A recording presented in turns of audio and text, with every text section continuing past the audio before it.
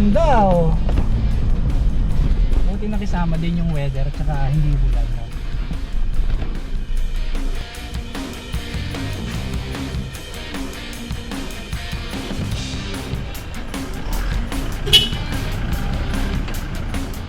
Okay, so tinapat ko siya dito sa may pagbobonfirean namin. Naka-prepare na kaagad yung mga kahoy. And then, tinapat ko dito yung awning natin para kapag kumain tayo, kasi medyo malamig ngayon. So, dito nakaharap, di ba? Alright, so ngayon, bago natin itayo yung awning, mas maganda, buksan muna natin yung ating kwarto. So, based dun sa tinuro sa atin kanina, bubuksan na itong trunk bed. And then, since hindi na nakalock to, kasi may lock kasi to. So, isa sa dahilan kung bakit nga pala may lock ito, syempre, para walang makapasok basta dito, tsaka dahil nandyan yung gamit mo. Pangalawa, paano kung nasa loob ka? May nagbiro sa'yo. So pagka may nagbiro sa'yo, di ka na makakalabas. Although may bintana. Pero syempre, para maiwasan na rin yung mapagtripan ka. Kaya yan, nakabukas siya. So hindi siya nakalock. Ayan, din lang siya. Ayan, hilahin natin. Ayan. So lagi lang natin siyang ilalock to. Ito, lagi mo lang ilalock ng ganyan. Para hindi siya pa ganyan-ganyan dito. Ayan. Ayan, nakalock siya ngayon. Ayan, safety na siya. Pagkatapos, ayan, ito yung kinaganda, no? Kahit na may kwarto na tayo dito, makakapaglagay ka pa rin ng mga gamit mo. Ayan. Tatanggalin muna natin yung mga hook niya, 4 kasi to. So mayroon siyang safety, iangat mo lang to. Ayan, iangat mo din. Ayan. Parang sa toolbox lang yan, 4 yan. Iangat mo to. Ayan. So, ganun din sa 2 pang hook doon. Tapos, akit lang tayo dito. And then, iangat lang natin to. Ito lang dulo. Then, pansinin nyo man, yung sa kabilang side is kusa siyang aangat din. Ayan, tulak lang natin ng ganyan. Then, pansinin nyo yung dulo doon. Ayun, umangat din siya, di ba? So, nakatayo na yung 4 na corner. Then, pwede tayong pumasok sa loob. Unang gagawin mo, kung gabi na, switch mo yung ilaw. Ayan, main power. And then, indoor light. Ayan, liwanag oh.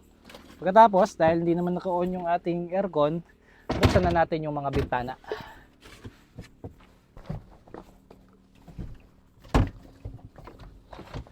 Okay, so ako, ang diskarte ko, pagsasabayin ko ng irorolyo itong cover and yung net. Ngayon, kung alam mong malamok naman dito, so wag mo na lang itaas yung net. Pero mukhang hindi naman malamok dito, para press ko lang din agad yung kwarto. Ayan, angat na rin natin yung net.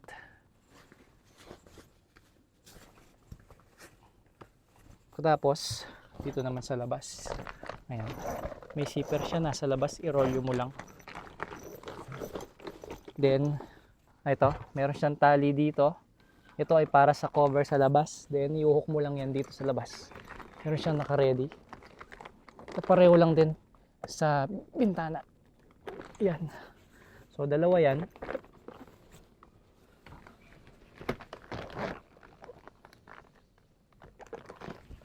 So, yung paraan ng pagbukas dito, kapareho lang ng paraan ng pagbukas dito sa kabila, sa may lababo. Ngayon, dito naman sa higaan, yan, since dito tayo hihiga, ang bubuksan lang natin is yung plastic cover. Ayan o. May zipper lang din siya. Ayan. Para medyo hindi ka kita pagka nakahiga ka. Buksan natin para medyo mahanginan na yung loob ng kwarto. Ayan. So yun ang maganda dito, naka-velcro lang siya. Okay? Okay, so pagka gusto nyong makita yung between, ayan, buksan mo lang. Diba? Kung kakain ka naman, iangat mo lang ito. Ayan. Meron siyang 2 carabiners dito para di na siya bumaba ulit. Ayan, para din na tayo para mamaya pagkakain na. Set up naman natin yung sa labas. Okay. Yan, yung hagdan is para dito. Pero pwede rin kayo mag-request na naka-attach dito yung hagdan para hihila na lang kayo. Ngayon naman, yung awning, oh, ganyan lang kadali. Oh. Sisiper mo lang.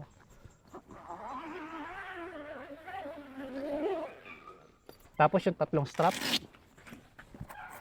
2, 3. Pagkatapos, ibaba mo lang yung nirolyo mo. Then, hilahin mo na to. Itong tali niya to. Ayan, kahit di ka nakakatingin. Ayan. Ayan, oh. Ayan lang, hanggang dito sa dulo. Ayan, dahil 270 degrees daw to. Ayan, pwede mo pang isagad.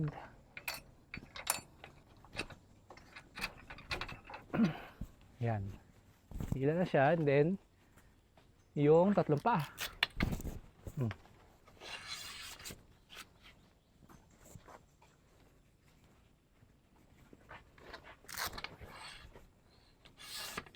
Tapos meron siyang lock dito. Yun, no? Yung iba, hinahayaan lang nilang nakababa ng ganyan para yung patak ng tubig aagos dito. Tapos tatayo mo lang to. Yan, para mas mataas yun dyan. Then, ito namang last na paa. Yan. Okay.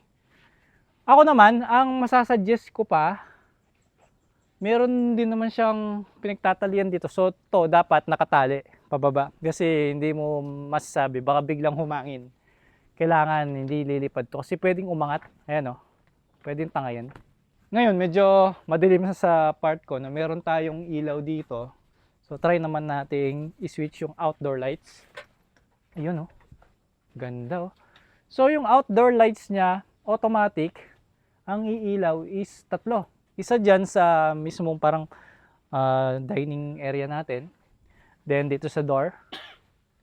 At dito sa may shower area. Ayan.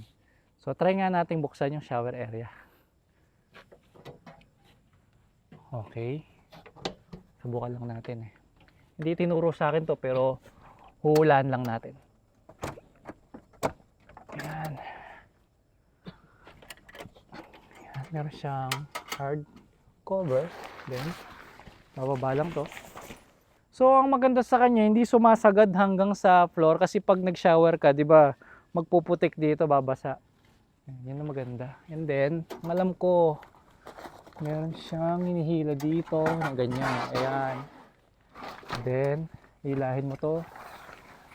Katulad din siya nung shower natin nung meron tayong Montero. Alright, so meron siyang bubong, yun ang maganda sa kanya. Ayan. Ayan, para kapag may nagpalipad ng drone, hindi ka makikita habang naliligo. Then dito, sinusubukan kong ibaba yung part na to para sana maaninag siya ng ilaw. Tingnan ko lang ha. Meron siyang velcro dito. Ayan, para may ilaw.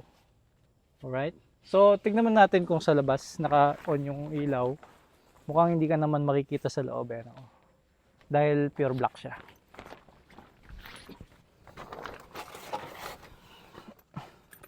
Pagkatapos, meron siyang zipper dito, no? Dapat wala, di ba? Pero, ito ay para dito. Ayan, para dyan yan. Ngayon, siguro para ibaba natin to. Alright, so wala siya dyan. Okay. Ayun, para yun dito. Para maabot mo yung shower mo habang naliligo ka. Di ba? Ngayon, meron siyang lagayan ng mga gamit dito like sabon, ganun. Ayan o. So, adjustable din to. Okay. Yung kanyang bubong, meron din siyang velcro para hindi siya lumilipad-lipad na ganyan. Ano? Nakikita nyo to? Di ba may pala siya? Pagka gusto mong magbawas, dito ka na maghukay. Then, isara mo. Ngayon, pagka mahangin, meron siyang hooks dito. Mukhang gawa pa yata sa stainless to. So, pwede kang magpako ng pegs dyan para hindi lumilipad-lipad. Baka kasi pag naliligo ka, biglang humangin. Ay! Di ba? Di ba, nabuksan na natin kanina yung ilaw dito. Pati yung sa labas. Ngayon, eto, meron din siyang ilaw, itong awning nila. So, pakita ko sa inyo. Ito yung remote nila, number 6 siya. Yan, oh, ang galing. Liwanag. Tsaka warm yung ilaw niya. Diba? Masarap sa mata pagka ganyan. Yung kulay. At least ang liwanag, oh. Hindi lang siya isang linya lang. Kitang-kita yung lutuan natin ngayon. Ito yung ating integrated lutuan. Meron din siyang sink. Tapos nandito yung lababo. Ayun, inaayos lang nilalagay yung butane. Ngayon, mag-iihaw na tayo. Unahin natin yung malaki. Ito. Para sa ating pinakbet naman, ihiwain na natin mga gulay. So, kain tayo. Tapos gulay. Sarap! Nature is not just a place to visit. It's a home ba? Tama? Di ba? Ayos. So, ganyan kaganda yung bumper. Kasi kapag nakasuksok siyang ganyan, mataas yung bumper natin, lalo sa mga side, hindi sasabit sa lupa. Ayan.